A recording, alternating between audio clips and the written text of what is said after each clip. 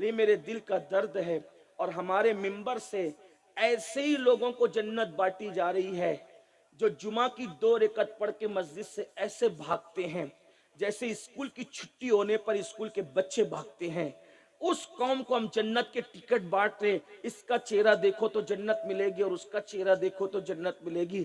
بڑی معذرت کے ساتھ میرے بھائی, ہم جن کے چہرے دکھا کے جنت بانٹ رہے ہیں, کیا ان کا بھی جنت میں جانا کوئی یقینی ہے؟ ان کے بھی ایمان پر خاتمے کی کوئی گارنٹی ہے؟ امام اعظم جیسی ہستی جس نے 100 مرتبہ کم و بیش اللہ کو خواب میں دیکھا, ایسی ہستی کہہ رہی میں امید کرتا ہوں کہ اللہ قیامت میں میری مغفرت کر دے گا. یقین کی بات نہیں ہے, یقین نہیں, امید, امید کی بات ہو رہی, امید کی. کیونکہ مجموع الزوائد کی روایت حدیث ہے, آقا فرماتے ہیں جو اپنے آپ کو قطعی اور یقینی جنتی کہے میں محمد اعلان کرتا ہوں کہ وہ جہنم میں جائے گا. امید کی جا سکتی ہے, یقین کی یہاں بات نہیں ہے. امید اس لیے کہ ایمان خوف اور امید کے درمیان کی چیز ہے. یہاں تو خوف کا کوئی تصور ہی نہیں ہے. کہاں ہے خوف؟ جن کو رسول اللہ نے جنت کی بشارتیں دی تھی وہ مصلی پر رات رات بھر روتے تھے. اللہ اکبر. جن کو اللہ کے رسول نے جنت کی بشارتیں دی تھی وہ رات رات پر آؤ بکا کرتے تھے. وہ ام المومنین عائشہ صدیقہ جس کے بستر پہ قرآن نازل ہوتا تھا. کوئی ام المومنین کو یہ شرف نہیں جو ام المومنین سیدہ عائشہ صدیقہ کو حاصل ہے. تنہا یہ وہ ام المومنین ہے جس کے بستر پہ قرآن نازل ہوتا ہے. تہمت لگتی ہے, تہمت. اگر تہمت لگتی ہے, اللہ چاہتا تو ذرے ذرے سے حضرت عائشہ کی طہارت کو بیان کروا دیتا. احد بول پڑتا عائشہ کی طہارت, ہمالیہ بول پڑتا عائشہ کی طہارت, ذرے بول پڑتے عائشہ کی طہارت. لیکن غیرت خدا بندی کو گوارا نہ ہوا کہ محبوب کی محبوبہ پہ تہمت لگے اور ذروں سے طہارت دلائی جائے. کہا گیا محبوب تیری محبوبہ پہ تہمت لگی ہے, طہارت خود اللہ تبارک و تعالی بیان فرمائے دے گی. میرے امام کہتے ہیں شمع دل مشکات تن سینہ زجاجہ نور کا, تیری صورت کے لیے آیا ہے سورہ نور کا. نعرہ المومنین, وہ ام المومنین جس کی طہارت قرآن بیان کرے, وہ ام المومنین جس کی طہارت کی گواہی اللہ دے. حضرت یوسف پر تہمت لگے تو دودھ پیتے بچے سے طہارت بیان کروا دی جاتی ہے. حضرت مریم پہ تہمت لگے تو دودھ پیتے حضرت عیسیٰ سے طہارت بیان کروائی جاتی ہے. اور محبوب رب العالمین پہ تہمت لگے تو رب العالمین خود جو ہے ان کی طہارت بیان فرماتا ہے. ایسی مقدس خاتون جس کی طہارت اللہ بیان کرے, ان کے بارے میں صحابہ کہتے ہیں فجر کی نماز پڑھ کر جو مصلی پر بیٹھتی تھی تو ظہر تک ہم نے ان کو آنسو بہاتے ہوئے محسوس کیا. روتی تھی بس, اور اتنا اللہ کے خوف سے روتی تھی کہ آنسوؤں سے جب وہ دوپٹے سے آنسو پوچھتی تھی تو دوپٹہ نچوڑا جاتا تھا تو ایسے گرتے تھے آنسو, یوں لگتا تھا جیسے کسی نے دوپٹہ دھو کر کے نچوڑا ہو. اللہ اکبر. کیوں یہ لوگ روتے تھے؟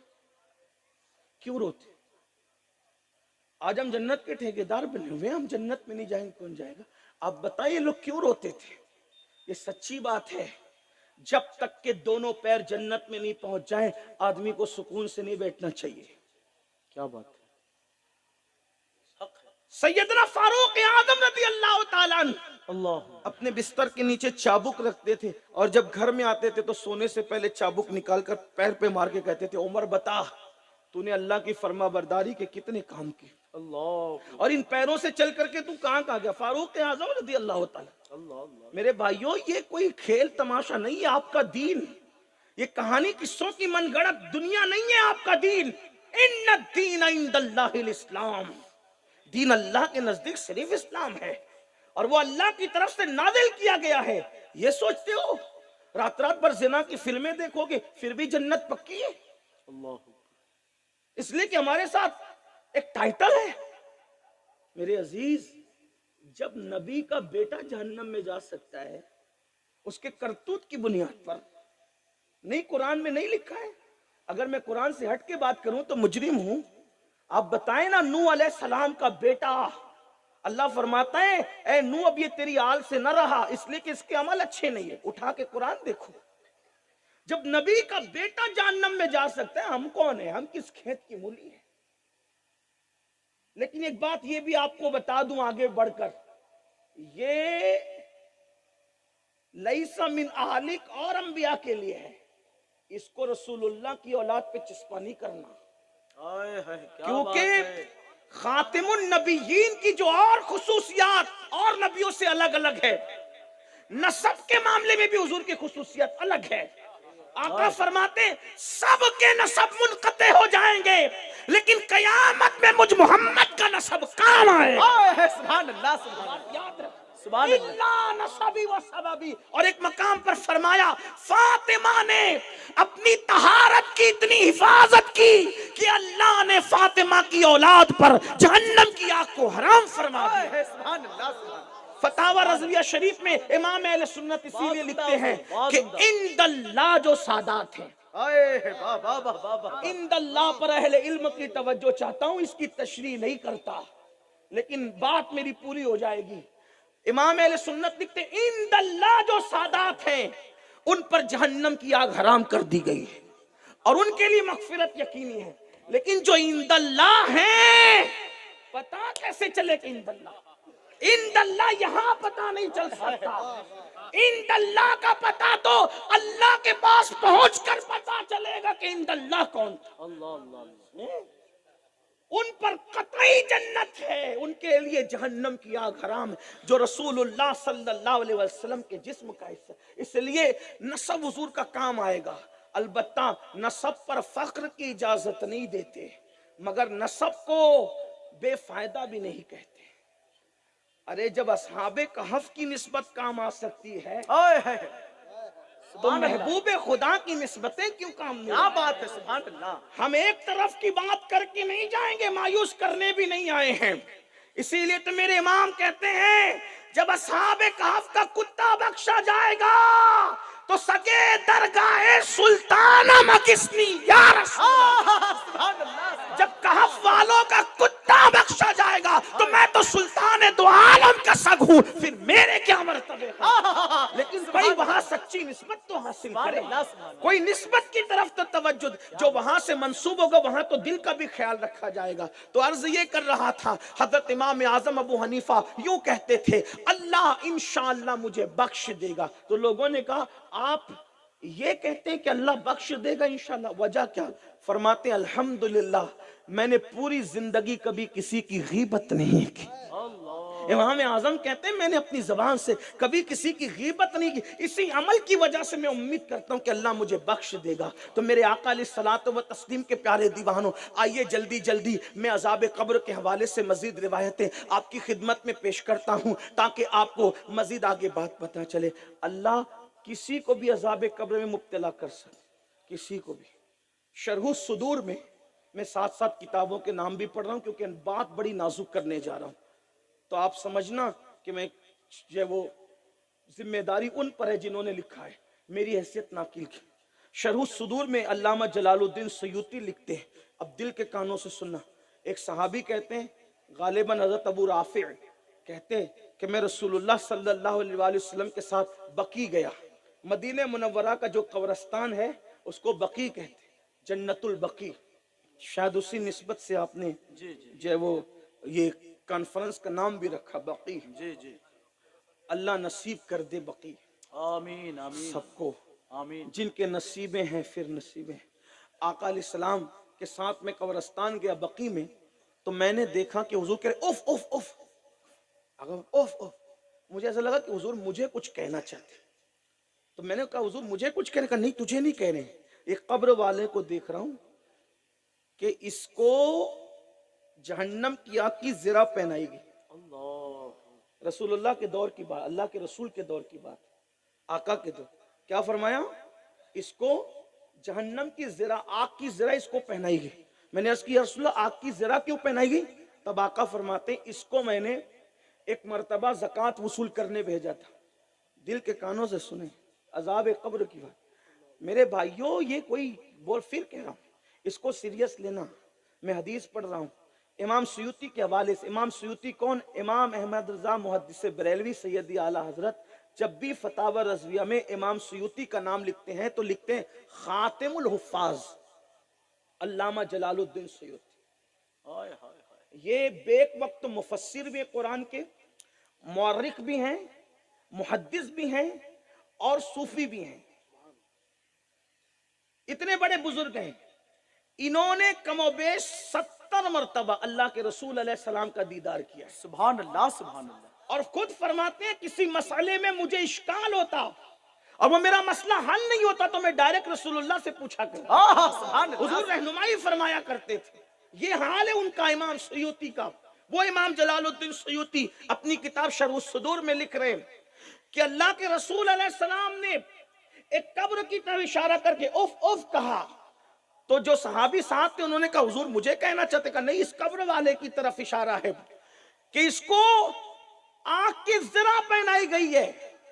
یا رسول اللہ کیوں؟ تو کہا میں نے اس کو زکوٰۃ وصول کرنے بھیجا تھا، یہ زکوٰۃ وصول کرنے کے لیے گیا تھا، اس زکوٰۃ میں زرہ آئی تھی، زکوٰۃ کے مد میں زرہ آئی تھی تو اس نے خیانت کرتے وہ زرہ اپنے پاس رکھ لی اور جب اپنے پاس رکھ لی تو یہ اسی کے پاس رہ گئی اور اب اس کی قبر میں یہ زرہ اس کے لیے آگ کی بنا کر اس کو پہنائی گئی ہے. اللہ.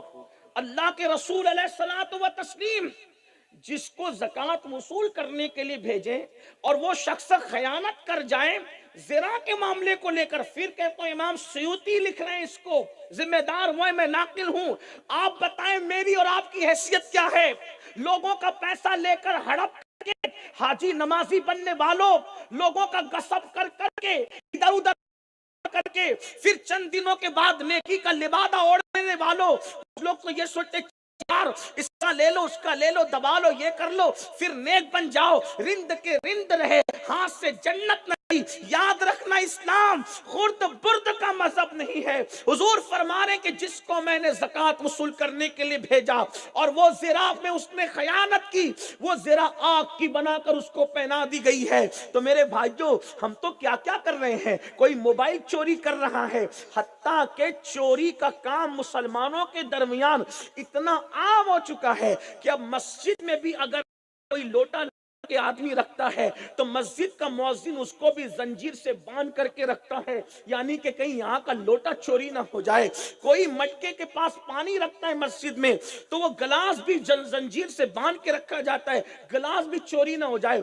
جس قوم کی اخلاقی حالت اتنی گر جائے وہ قوم عزت اور وقار کے ساتھ زمین پہ کیسے جی سکتی ہے؟ مسلمانوں ہم ہی تھے شاہ جہاں کے دور میں جب برطانیہ حکومت نے ہندوستان کی سرزمین کا جائزہ لینے کے لیے بھیجا کہ جاؤ اور شاہ جہاں کی حکومت میں دیکھو کہ ہندوستان کی رعایا کا کیا حال ہے، تو وہ جو رپورٹ لے کر کے گئے تھے انگلستان، یہ کہا کہ شاہ جہاں کی حکومت میں ہم نے دیکھا کہ روڈ پر ہم نے نہ کسی کو بھیک مانگتے دیکھا اور نہ روڈ پر ہم نے کسی کو چوری کرتے دیکھا.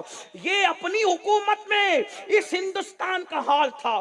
کلمہ پڑھنے والوں کی حکومت میں نہ راستے پہ کوئی چوری کر سکتا تھا، اللہ اکبر، نہ راستے پر اللہ اکبر کوئی بھیک مانگ سکتا تھا. لیکن اللہ اکبر آپ اندازہ کریں یہ مصطفیٰ جان رحمت کے غلاموں نے ماحول بنایا تھا اور آج ہم خود چوری کریں. اگر جلسوں میں بھی جاتے ہیں، مزارات پر بھی جاتے ہیں، مسجد میں بھی جاتے ہیں اور کسی کو اعلان کرنا پڑتا ہے جیب کتروں سے ہوشیار رہے. مسلمانوں کے جلسے میں جیب کترے کیوں؟ مسلمانوں کی مسجدوں کے اندر موبائل چور کیوں؟ اس کا مطلب یہ ہے کہ مسلمان صرف زبان کا مسلمان بنے ہو، کلمہ زبان سے پڑھے ہو، دل میں کلمہ کہاں ہے، ذہن میں کلمہ کہاں ہے، کلمے کے افکار کہاں ہے؟ اقبال نے اسی کو رونا روتے تو کہا تھا، خرد نے کہہ دیا لا الہ تو کیا حاصل، عقل نے کہہ دیا، خرد نے کہہ دیا لا الہ تو کیا حاصل، دل و نگاہ مسلمان نہیں تو کچھ بھی نہیں. اس دنیا کے اندر جو چاہے کر لو لیکن ایک دن قبر ہے، قبر، اور قبر کا عذاب بڑا دردناک ہے. جانتے ہو، آئیے آپ کو ایک بات اور بتاؤں عذاب قبر کے حوالے سے. حدیث پاک میں آتا ہے ایک نیک آدمی، ایک متقی آدمی مر گیا جس کو لوگ متقی سمجھتے تھے، پرہیزگار سمجھتے تھے. اس پھر کہتا ہوں اگر اللہ عبادت کی توفیق دے تو ڈیڑھ ہوشیار نہیں بننا، اس لیے کہ لوگوں کا نیک کہنا کوئی کام نہیں ہے. جب تک کہ قدرت نیک ڈکلیئر نہ کرے کچھ نہیں ہے. لوگوں کے کہنے سے کچھ نہیں ہوتا. لوگ جس کو نیک اور متقی سمجھتے تھے وہ مر گیا. جب مر گیا تو عذاب قبر کے فرشتے قبر میں آئے, کہا ہم تجھے 100 کوڑے ماریں گے. اس نے کہا کیوں مارو گے مجھے؟ میں تو نیک تھا نا, میں متقی پرہیزگار تھا, تم مجھے 100 کوڑے کیوں مارو گے؟ تو کہا اچھا ٹھیک ہے 100 نہیں تو 50 ماریں گے تمہیں.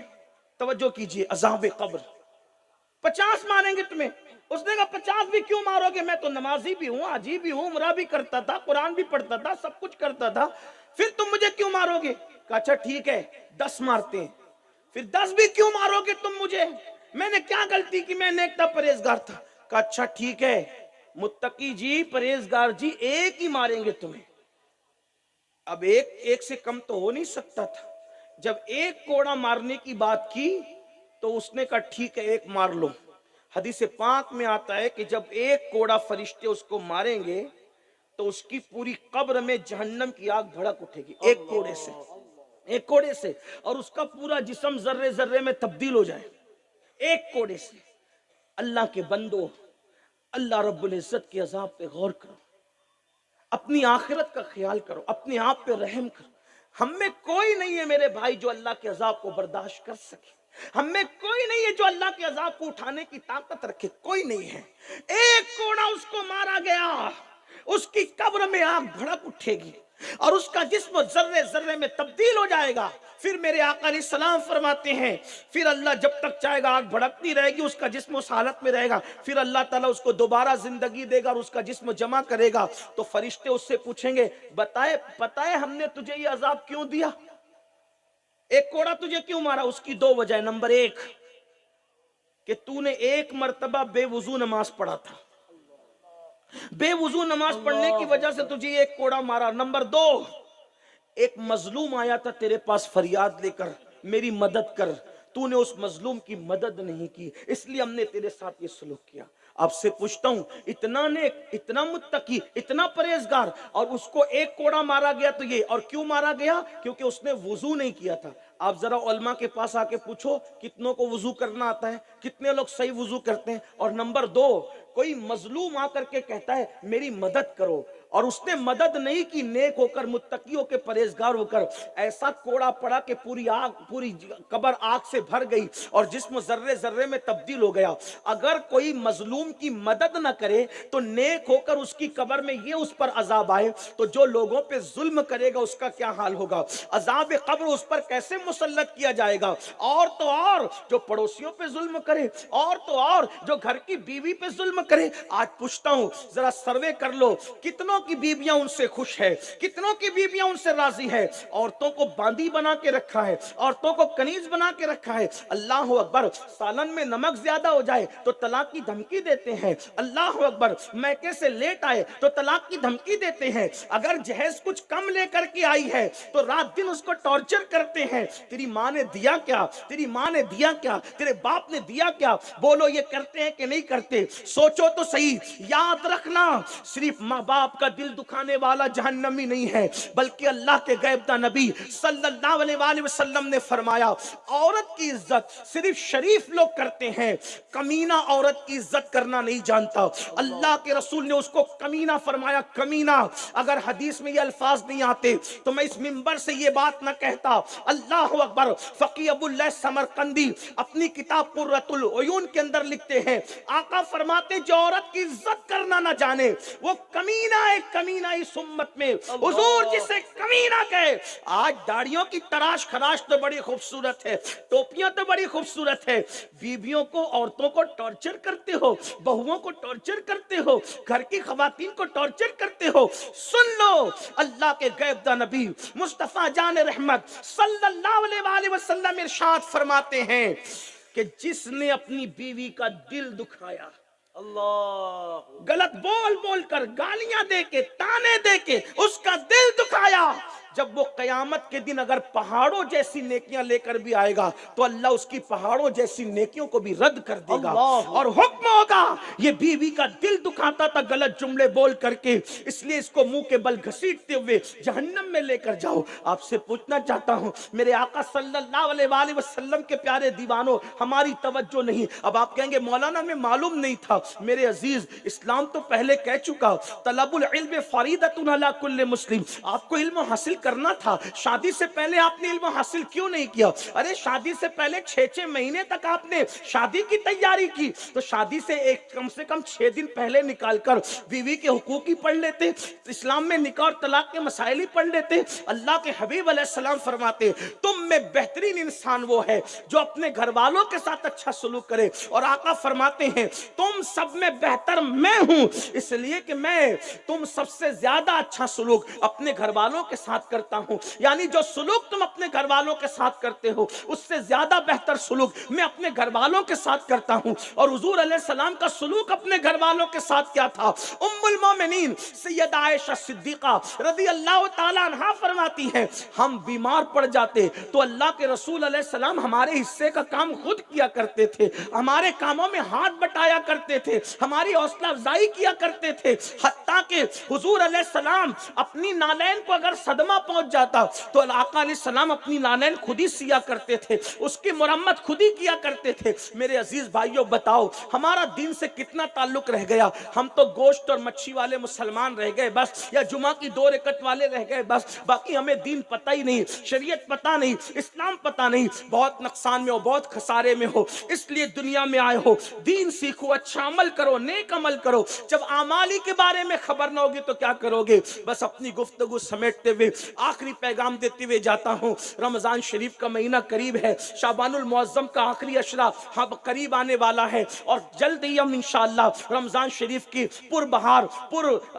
پر رحمت موسم کے اندر اور عظیم و غم گساری کے مہینے کی طرف بڑھ رہے ہیں۔ انشاءاللہ تراویحوں کا اہتمام کریں، روزوں کا اہتمام کریں۔ میرے آقا علیہ السلام فرماتے ہیں جس نے ماہ رمضان شریف پایا اور عبادت کر کے اپنی مغفرت نہ کروا لی وہ اللہ کی رحمتوں سے دور ہو جائے۔ تو میرے بھائیوں، آج سے پہلے نماز چھوڑی ہو، آج سے پہلے گناہ کیا ہو، آج سے پہلے پاپ کیا ہو، آج سے پہلے جرائم کیا ہو، کچھ کیا ہو، آئیے اس کا حل ایک ہی ہے۔ اور اسلام میں کیا حل ہے؟ بہت آسان حل ہے۔ اللہ کی بارگاہ میں توبہ کرو، رب کی بارگاہ میں رجوع کرو، اللہ معاف کرنے والا ہے۔ یاد رکھنا یہاں تک بتایا گیا اگر کوئی 40 سال تک 80 سال تک گناہ کرے اور میرے اللہ کی بارگاہ میں توبہ کر لے تو اللہ اس کو معاف کر دیتا ہے، اللہ اس کی مغفرت فرما دیتا ہے، اللہ اس کی بخشش فرما دیتا ہے۔ یہاں تک فرمایا کہ اللہ اکبر، میرا رب فرماتا ہے کہ محبوب آپ کہیں کہ گناہ سے توبہ کرنے والا ایسا ہے کہ جیسے اس نے گناہ کیا ہی نہیں تھا۔ سرکار محبوب الہی خواجہ نظام الدین اولیاء ارشاد فرماتے ہیں متقی لوگ اور توبہ کرنے والے دونوں کے اعمال برابر برابر ہے، دونوں کے اعمال نامے برابر برابر ہے۔ متقی کا نام اعمال اور گناہ سے توبہ کرنے کا نام اعمال اس لیے برابر ہے کہ متقی نے گناہ نہیں کیا اور توبہ کرنے والے نے گناہ تو کیا تھا مگر سچی توبہ کی، تو سچی توبہ کی برکت سے اس کے سارے گناہ معاف کر دیے جاتے ہیں۔ اور اللہ اکبر، بلکہ یہاں تک فرمایا جو سچی توبہ کر لے اس کے گناہوں کو اللہ پاک نیکیوں میں تبدیل فرما دیتا ہے۔ اس لیے آؤ اپنے اللہ کو راضی کریں، اپنے اللہ کو منائیں، رب کی بارگاہ میں توبہ کریں۔ اللہ اکبر، کسی بڑے بزرگ نے کہا تھا کہ سب کو منانا مشکل ہے مگر سب سے آسان اگر کسی کو منانا ہے وہ رب کو منانا ہے۔ رب کو منانا بہت آسان ہے۔